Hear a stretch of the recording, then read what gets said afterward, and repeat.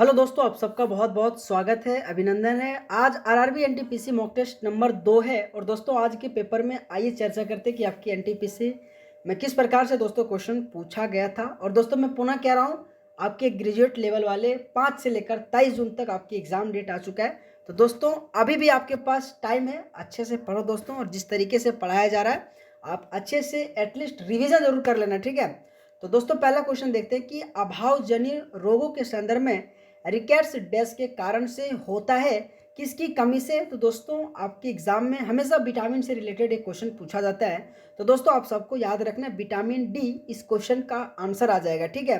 कि अभावजन रोगों के संदर्भ में रिकेट्स विटामिन डी के कारण से होता है और उन्हीं के कमी से होता है। अच्छा दोस्तों, इस क्वेश्चन के माध्यम से जितने भी अब तक विटामिन से संबंधित आपके एग्जाम में क्वेश्चन पूछे और पूछे जा सकता है, आइए चर्चा करते हैं। अगर मैं विटामिन ए की बात करूं तो साथीगण उनके रासायनिक नाम रेटिनॉल।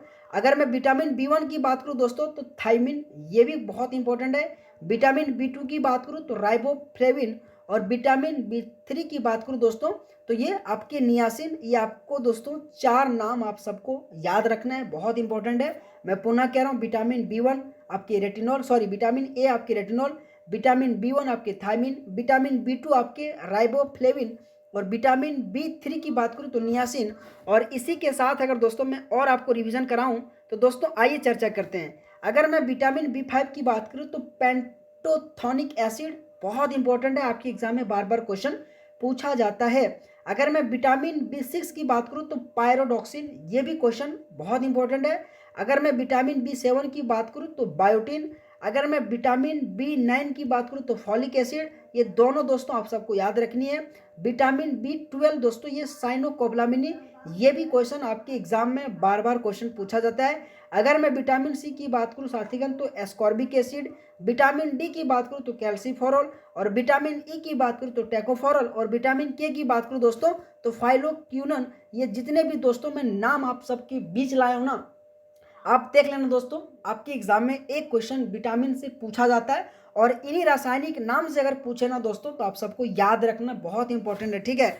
दोस्तों अगर मैं अगला क्वेश्चन जाने से पहले एक छोटा सा इंफॉर्मेशन दोस्त, अगर आप आरआरबी एनटीपीसी 2025 की तैयारी कर रहे हैं और दोस्तों जीके जीएस में आपका वीकनेस है दोस्तों, तो मैं आप सबको मैं एक बार और कह रहा हूं कि 2016 से लेकर 2021 तक आपके जितने भी दोस्तों पेपर हुआ था, उन सभी पेपर से दोस्तों एक एक क्वेश्चन को छांट छांट कर दोस्तों टॉपिक वाइज करके आप सबके लिए दोस्तों 21 टॉपिक का पीडीएफ फॉर्मेट में बनाया गया है दोस्तों।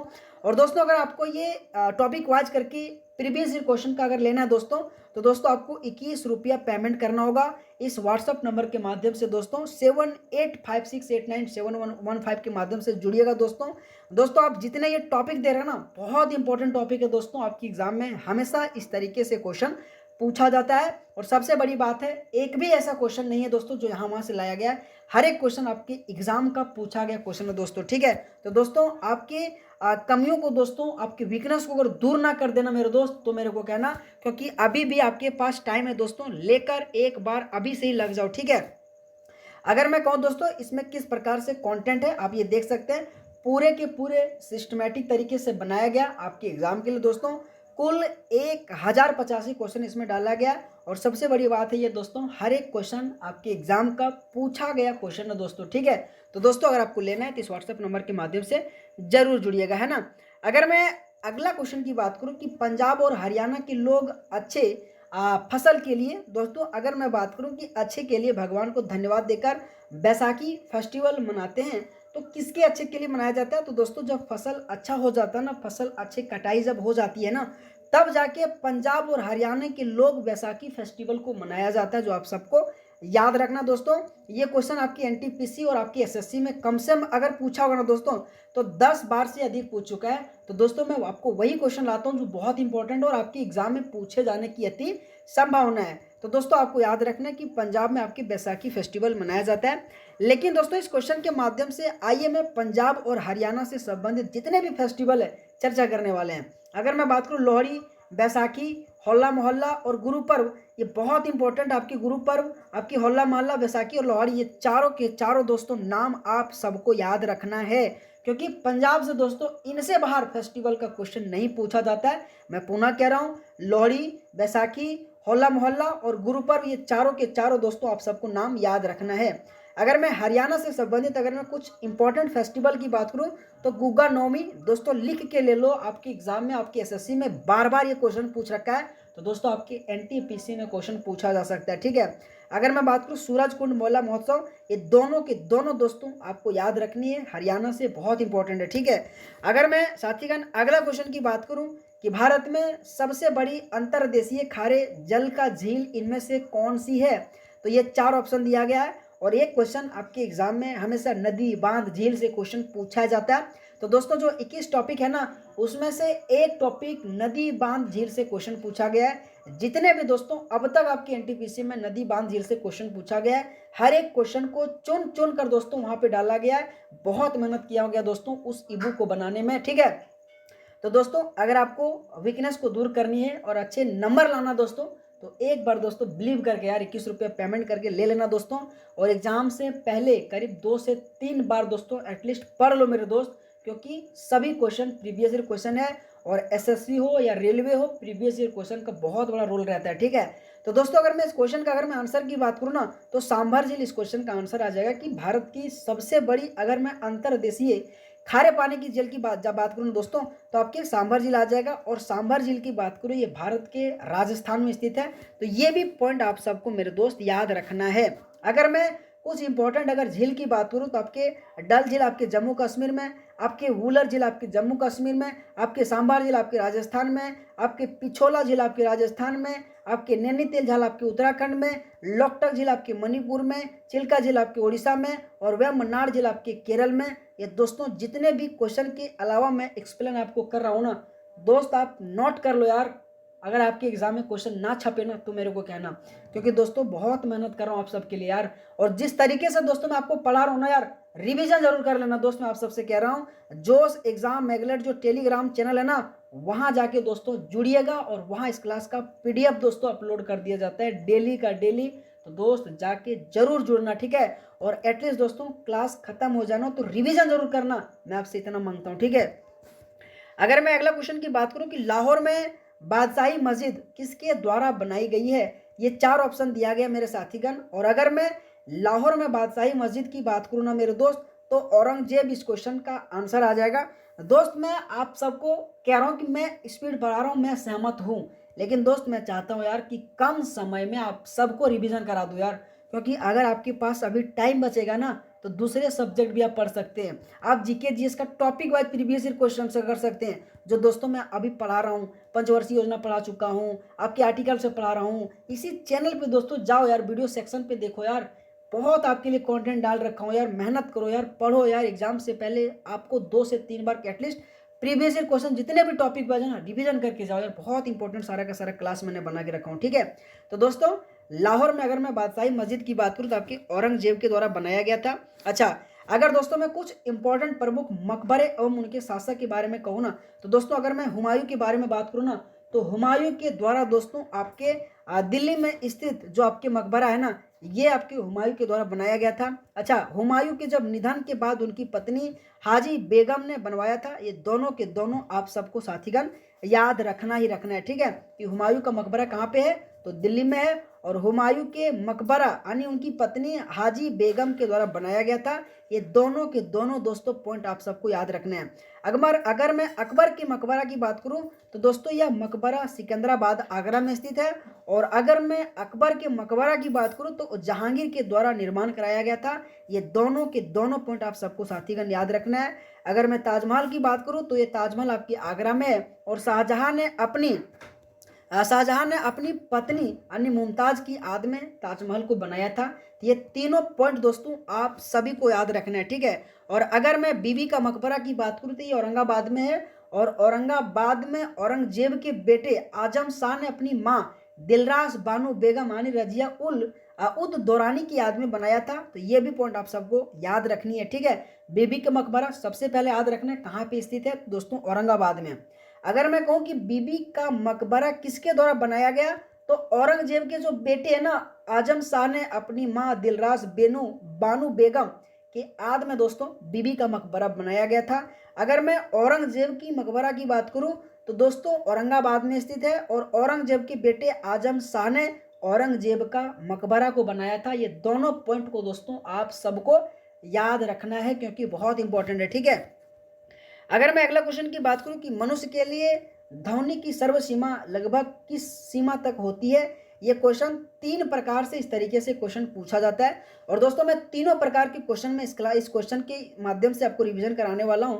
लेकिन अगर मैं सर्व सीमा की बात करूं तो 20 हर्ट्ज से लेकर 20,000 हर्ट्ज के बीच में रहती है। आप सबको साथीगण याद रखना है। अगर मैं कहूं दोस्तों कि मनुष्य के लिए ध्वनि का जो सर्व सीमा है ना, सो 20 हर्ट्ज से लेकर 20 हर्ट्ज तक रहता है। अच्छा, अगर मैं 20 हर्ट्ज से कम ध्वनि की बात करूं तो उसे इंफ्रासाउंड कहते हैं। लिख के ले लो दोस्तों, बहुत बार क्वेश्चन पूछा जाता है कि इंफ्रासाउंड की ध्वनि सीमा कितने होते हैं, तो 20 हर्ट्ज से कम होती है। और अगर मैं 20,000 हर्ट्ज से अधिक की बात करूं तो उसे अल्ट्रासाउंड कहा जाता है। ये दोनों के दोनों पॉइंट आप सबको याद रखना है। और क्वेश्चन ये जो बोल रखा ना, ये तीनों पॉइंट आप सबको साथीगण याद रखनी है, बहुत इंपॉर्टेंट है। हमेशा ध्वनि से संबंधित, एचजेड से संबंधित क्वेश्चन पूछा ही जाता है, जो आप सबको याद रखना है। अगर मैं अगला क्वेश्चन की बात करूं कि ओंगेस निम्नलिखित में से किस केंद्र शासित प्रदेश में रहने वाला एक आदिवासी समूह है, तो दोस्तों ये 4 ऑप्शन दिया गया है। और अगर मैं बात करूं कि ओंगेस जो है ना, सो कौन से केंद्र शासित प्रदेश में रहने वाला है, तो साथीगण अंडमान और निकोबार इस क्वेश्चन का आंसर आ जाएगा। अगर कल के क्लास को अगर आपने देखे होंगे दोस्तों, तो मैंने आपके जितने भी देश के प्रसिद्ध आदिवासी जो आपके एनटीपीसी में पूछा गया है, मैं रिवीजन करा दिया हूं। तो दोस्तों मैं कह रहा हूं आप सिस्टमेटिक तरीके से मॉक 1, मॉक 2, मॉक 3 जितने भी मैं आपको कराऊंगा एग्जाम से पहले तक, एटलीस्ट दोस्तों याद रखना यार, बहुत इंपॉर्टेंट मैं करा रहा हूं, ठीक है। अगर मैं इस क्वेश्चन के माध्यम से दोस्तों भारत से संबंधित जितने भी आपके आदिवासी है, आइए दोस्तों मैं पुनः आपको एक बार रिवीजन कराने वाला हूँ, ठीक है। अगर मैं उड़ीसा की बात करूँ तो मुंडा, संथाल, हो, जुआंग, आपके भुजिया, आपके खारिया। लेकिन दोस्तों आप याद रखना, जो ये संथाल है ना, अगर आपके झारखंड ऑप्शन में दिया जाएगा तो आपकी ओडिशा नहीं, और आपकी ओडिशा तो झारखंड नहीं है। दोनों के दोनों आपको पॉइंट याद रखना है। मध्य प्रदेश से गोंड और भील बहुत इंपॉर्टेंट है, बार बार आपके एग्जाम में क्वेश्चन पूछा ही जाता है कि मध्य प्रदेश में कौन से आदिवासी समूह रहते हैं, तो गोंड और भील, ये दोनों के दोनों दोस्तों आपको पॉइंट याद रखनी है। अगर मैं झारखंड से बात करूं तो दोस्तों मुंडा, संथाल, हो, असुर, गोंड, ये आपके झारखंड से भी बहुत ज़्यादा इंपॉर्टेंट है दोस्तों। आपके एग्जाम में अधिकतर अगर मैं बात करूं ना, तो एक पॉइंट याद रखना, झारखंड से याद रखना है, मध्य प्रदेश से याद रखना है, और आपके अंडमान निकोबार से याद रखना है, और एक आपके नागालैंड से याद रखना, और एक आपके मेघालय से याद रखना है। एटलीस्ट इतना याद रखो दोस्तों, इनसे ज़्यादा आपके एग्जाम में आदिवासी समूह से क्वेश्चन नहीं पूछा जाता है ना। तो दोस्तों अगर मैं अंडमान निकोबार से कहूं तो दोस्तों सेंटिलीज बार बार का पूछा गया क्वेश्चन है। औंज, ये भी बार बार का क्वेश्चन पूछा गया है। आपके जारवा, ये भी बहुत बार पूछा गया है। तो मैंने कहा ना दोस्तों, बहुत इंपॉर्टेंट, आपकी कुकी, खासी, गारो, जयंतिया, नागा, ये सारे के सारे दोस्तों आपके उत्तरी पूर्व राज्य मेघालय से संबंधित है। उसी तरह से दोस्तों आप सबको नागालैंड से याद रखना है। तो कहीं ना कहीं दोस्तों इसी तरीके से आपके एग्जाम में एनटीपीसी में दोस्तों क्वेश्चन पूछा जाता है, जो आप सबको साथीगण याद रखना है। अगला क्वेश्चन है कि डैश की सिफारिश पर भारत सरकार अधिनियम 1919 भारत के तत्कालीन वायसराय द्वारा पारित किया गया था। तो ये किसके द्वारा पारित किया गया था, ये क्वेश्चन साथीगण आपके एनटीपीसी 2021 में पूछा गया था। तो दोस्तों एडविन मोंटोगियो इस क्वेश्चन का आंसर आ जाएगा। और एडविन मोंटोगियो की सिफारिश पर दोस्तों भारत सरकार अधिनियम 1919 को पारित किया गया था, जो आप सबको साथीगण याद रखना है, बहुत इंपॉर्टेंट है, ठीक है। दोस्तों आपके एग्जाम में 1919 जो रॉलेट एक्ट आया था ना, जलियांवाला बाग हत्याकांड आया था ना, उससे संबंधित क्वेश्चन पूछा जाता है कि जब जलियांवाला बाग हत्याकांड हुआ था ना, उस समय भारत के वायसराय कौन थे, तो लॉर्ड जेम्सफोर्ड था। ये दोनों के दोनों पॉइंट आप सबको याद रखना है। अगर भारत सरकार अधिनियम 1919 की बात करें तो एडविन मोंटोगी आ जाएगा। और अगर मैं जलियांवाला बाग हत्याकांड की बात करूं तो उस समय भारत के वायसराय की बात करूं तो दोस्तों जेम्सफोर्ड, लॉर्ड जेम्सफोर्ड, ये दोनों के दोनों दोस्तों पॉइंट आप सबको याद रखना है। अगर मैं इस क्वेश्चन के माध्यम से दोस्तों एडविन मोंटोगियो की बात करूं तो 1879 से लेकर 1924 के बीच में उन्होंने दोस्तों कार्यकाल किया था, जो आपके एग्जाम के लिए बहुत इंपॉर्टेंट है। और दोस्तों उन्हें मुख्य रूप से मोंटेग्यू जेम्सफोर्ड सुधार के लिए जाना जाता है। ये दोस्तों आप नाम से इस क्वेश्चन का आंसर दे सकते हैं ना, कि मोंटेग्यू जेम्सफोर्ड सुधार के लिए किसे जाना जाता है, तो एडविन मोंटेग्यू को जाना जाता है। और एडविन मोंटेग्यू की अगर मैं बात करूं कार्यकाल की, तो 1879 से लेकर 1924 तक इनका कार्यकाल रहा था। ये बहुत इंपॉर्टेंट टॉपिक है। सो साथीगण, आपके एग्जाम में हमेशा इस तरीके से क्वेश्चन पूछा जाता है। अगर मैं अगला पॉइंट की बात करूं दोस्तों, कि लॉर्ड लिनलिथगो जो आपके 1936 से लेकर 1943 तक भारत के गवर्नर जनरल और वायसराय रहा था। लेकिन अगर मैं बात करूं कि लॉर्ड लिनलिथगो भारत छोड़ो आंदोलन के समय भारत के वायसराय के रूप में था, तो ये भी पॉइंट आप सबको साथीगण याद रखना है। दोस्तों, मैं एक क्लास आपके एनटीपीसी के लिए लाऊंगा जो आपके जितने भी गवर्नर जनरल हैं उनके कार्यकाल हो, और उस गवर्नर जनरल के कार्यकाल में कौन कौन सी घटनाएं हुआ, ये 3 टॉपिक दोस्तों मैं एक क्लास करके लाऊंगा, जो आपके एग्जाम के लिए दोस्तों एक क्वेश्चन हमेशा पूछा ही जाता है। ठीक है, तो दोस्तों आपको मैं रिवीजन करा दूंगा, है ना। अगला क्वेश्चन है कि अशोकन शिलालेख के वितरण के संदर्भ में निम्नलिखित में से कौन सा स्थल गुजरात के आधुनिक राज्यों में है। अगर मैं गुजरात के आधुनिक राज्यों की बात करूँ ना साथीगण, तो आप सबको याद रखना है गिरनार इस क्वेश्चन का आंसर आ जाएगा, जो आपके एग्जाम में क्वेश्चन ये पूछा गया था। आपके एग्जाम में अशोक से संबंधित 14 शिलालेख दोस्तों आप सबके फिंगर टिप्स पे याद होने चाहिए दोस्तों, क्योंकि अशोक से संबंधित, मौर्यकाल से संबंधित आपकी एनटीपीसी हो या रेलवे हो या दोस्तों आपकी एसएससी हो, बार बार क्वेश्चन पूछा जाता है। तो दोस्तों आइए 14 शिलालेख में आप सबको रिवीजन कराने वाला हूँ। ठीक है, अगर आप हमारे इस क्लास को देख रहे हैं ना दोस्तों, तो वाकई में आपको पढ़ने में बहुत अच्छा लगता होगा। लेकिन मेरे दोस्त, आप सभी से एक ही रिक्वेस्ट है यार, वीडियो को लाइक ज़रूर करना और चैनल को जरूर सब्सक्राइब करना दोस्तों।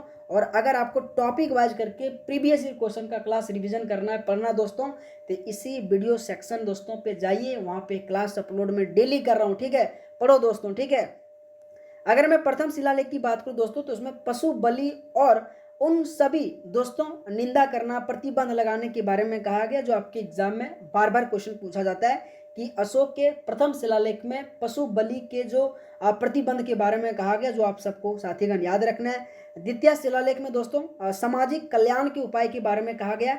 ये भी क्वेश्चन बहुत इंपॉर्टेंट है कि सामाजिक कल्याण के बारे में अशोक के कौन से शिलालेख में वर्णन किया गया है, तो दूसरे शिलालेख में। और अगर मैं तृतीय शिलालेख की बात करूं साथीगण, तो ब्राह्मणों के सम्मान के बारे में तृतीय शिलालेख में उल्लेख किया गया है। ये तीनों के तीनों दोस्तों शिलालेख आप सबको याद रखना है। अगर मैं चतुर्थ शिलालेख की बात करूं दोस्तों, ये ज़्यादा इंपॉर्टेंट नहीं है। पांचवा शिलालेख की बात करूं दोस्तों, तो ये धम्म महामंत्रों और उनके कर्तव्यों की नियुक्ति के बारे में कहा गया, ये भी पॉइंट याद रखिएगा। अगर मैं छठा की बात करूं दोस्तों, तो प्रशासन के कुशल संगठन की आवश्यकता के बारे में है। सातवां की बात करूं तो सभी धार्मिक संप्रदाय के बीच आपके सहिष्णुता आवश्यकता के बारे में कहा गया है। आपके एग्जाम में आठवां से रिलेटेड दोस्तों बहुत इंपॉर्टेंट है कि यह शिलालेख में धम्म यात्रा की प्रणाली के बारे में कहा गया है, और बहुत इंपॉर्टेंट है, बार बार आपके एग्जाम में क्वेश्चन पूछा जाता है कि अशोक के कौन से शिलालेख में धम्म यात्रा के बारे में जो कि कहा गया है। तो दोस्तों 8वें शिलालेख में कहा गया, आप सबको याद रखना है। अगर मैं 9वें शिलालेख की बात करूं, तो दोस्तों शिलालेखों व्यर्थ समारोह और अनुष्ठानों पर हमला के बारे में है। 10वां में बात करूं दोस्तों, तो युद्ध के बजाय धम्म के माध्यम से विजय के बारे में कहा गया है। 9वां में दोस्तों आपके शिलालेख धम्म नीति की व्याख्या के बारे में कहा गया है। और दोस्तों 13 और 14 आप सबको याद रखना है, कलिंग युद्ध के बारे में 13वीं में बताया गया है। और 14वां में बात करूं दोस्तों, तो शिलालेख धार्मिक जीवन को गति देने की प्रार्थना के बारे में कहा गया है। ये जितने भी दोस्तों 14 के 14 शिलालेख है, मैंने आपको रिवीजन कराया हूँ। उनमें से जो ज़्यादा इंपॉर्टेंट शिलालेख है मैंने आपको बताया हूँ कि ये आपको एटलीस्ट याद रखना ही रखना है। ठीक है, तो दोस्तों अगला क्वेश्चन देखते हैं। ठीक है, लेकिन आप सबको अगर क्लास अच्छा लग रहा है ना मेरे दोस्त, तो आप सबसे एक ही रिक्वेस्ट है यार, वीडियो को लाइक करना। दोस्त मैं अभी तेरे को पता नहीं, लेकिन मैं आपको कह रहा हूँ कि दोस्त मैं अब तक 3 क्लासों की करीब अपलोड कर चुका हूँ यार, इसी आज के दिन में। और दोस्त मैं इतना बोलते बोलते मेरा आवाज़ काम नहीं कर रहा है दोस्त, केवल आपके लिए इतना मेहनत किया जा रहा है ना। खैर कोई ना दोस्तों, अगला क्वेश्चन देखते हैं कि रोजगार के स्तर को बढ़ाने के लिए, गरीबी को कम करने के लिए और आत्मनिर्भरता प्राप्त करने के लिए उद्देश्य से 1974 से लेकर 1979 तक की अवधि के लिए भारत की कौन सी पंचवर्षीय योजना तैयार की गई है। साथीगण अभी अभी जस्ट मैं आपको पंचवर्षीय योजना का क्लास अपलोड करके आया हूं।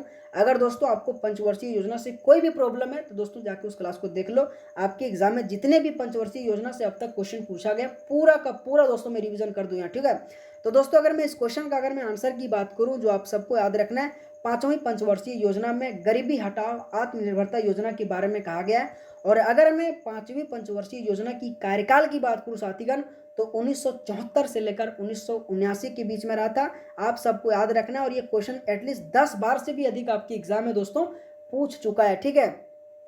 अगर मैं प्रथम पंचवर्षीय योजना की बात करूं तो आपकी 1951 से लेकर 1956 के बीच में हेरल्ड डोमर मॉडल पे आधारित कृषि पे फोकस किया गया था।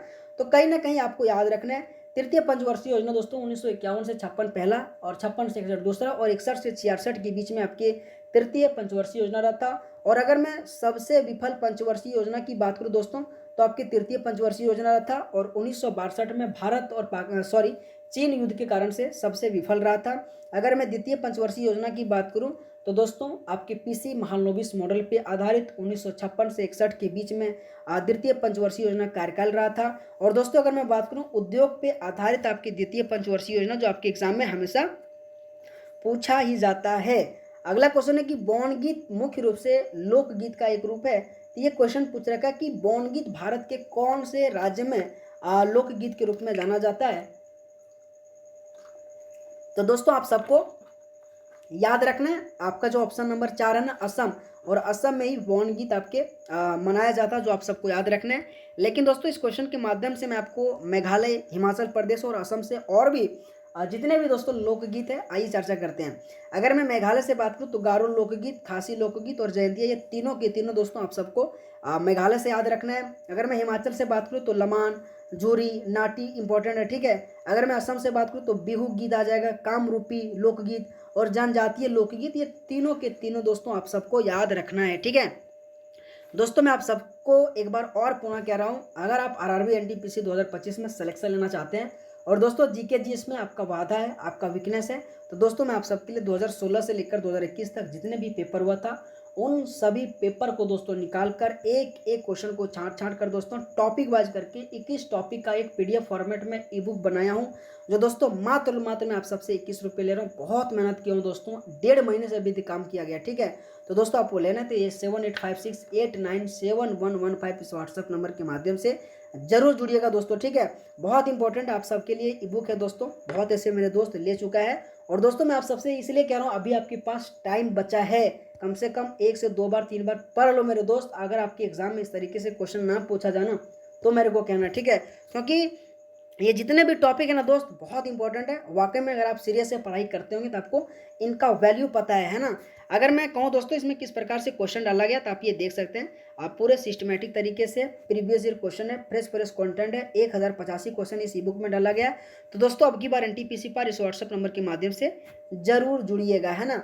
अगला क्वेश्चन है कि विकलांग श्रद्धा का दौर किस प्रसिद्ध लेखक की कृति है। अगर मैं बात करूं दोस्तों कि विकलांग श्रद्धा का दौर किसके द्वारा लिखा गया तो हरिशंकर परसाई के द्वारा लिखा गया, जो आपके एग्जाम में एनटीपीसी 2021 में साथीगण ये क्वेश्चन पूछा गया था, जो आप सबको साथीगण याद रखना है। लेकिन इस क्वेश्चन के माध्यम से दोस्तों मैं जितने भी और भी आपके ऑप्शन में दिया गया था, जैसे कि खुशवंत सिंह है, खुशवंत सिंह से संबंधित दोस्तों ट्रेन टू पाकिस्तान कई बार का क्वेश्चन पूछा गया।